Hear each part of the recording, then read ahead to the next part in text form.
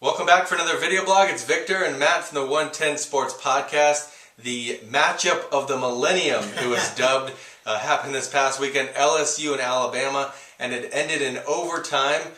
Do you like the college football overtime rules? I do, and I think the reason I like them the most is because it gives both teams an opportunity to score. I would, however, tweak a couple of them in terms of, first off, don't put the ball at the 25-yard line. For some teams, like in LSU, that's a 42-yard field goal. They can do that. Put it back at the 50-yard line. Make them get at least one first down so that they have a chance for a field goal. And then after the first overtime, where you have to kick the field goal, starting the second overtime, make it where you have to go for 2 points. Yeah, I really like the college football overtime rules much better than the NFL from the standpoint that it's kind of a more of an offensive thing. You get to see people score some points, and it's kind of a shorter version of the game, which I think that's the way overtime should be. But there was something weird about that LSU-Alabama game because it was such a defensive game that it was just odd to see LSU kind of just be able to run the ball, kick the field goal, they won the game. There was something weird that it kind of felt about that particular game ending in overtime. But I think your idea of moving the ball back to like the 50-yard line